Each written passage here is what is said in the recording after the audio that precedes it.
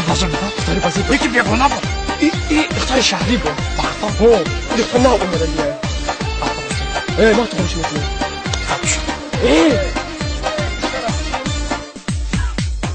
انا گوش کن چرا میدونی چکار مینشم که هم دختر که اومد اینه هم در مینشم که من آتشم دلی کبوت سوزه برای بچه مقتی دسته در شاخه گل سنبوله بود سوزه برای بچه مقتی دسته در خانه یادی خون ناله خونه برای بچه مقتی دسته بچه ها همه خوب دادن نمیتونه شما برای بچه مقتی دسته مکی خشرو مکی بد روسته برای بچه مقتی دسته تو مزاری و کلوبی دسته برای بچه مقتی دسته برای بچه مقتی دسته برای بچه مقتی دسته برای بچه مقتی دسته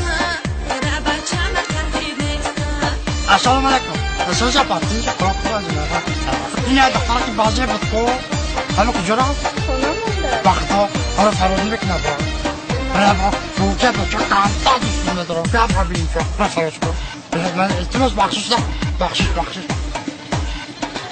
ترمینه قد یه او سگلی سنجی تایی سگلی خود برای بچه مقتی دسته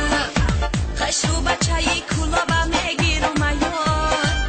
برای بچه مقتی دسته خشرو بچهی کلوب دشماش برای بچه مقتی دسته جون برای بچه مقتی دسته مکی خشرو مکی بد روسته برای بچه مقتی دسته یکم توی خطا نستم مواجه میخونیم با ما کش رو برای بچه مقتی دسته برای بچه مقتی دسته برای بچه مقتی دسته برای بچه مقتی دسته برای بچه مقتی دسته برای بچه مقتی دسته برای بچه مقتی دسته برای بچه مقتی دسته برای بچه مقتی دسته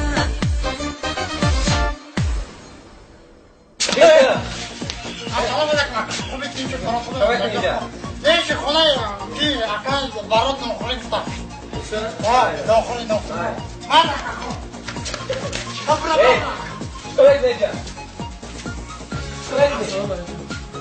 اکا ابو خونه اکا برای نوکری بکو اما ادمینی چی داری؟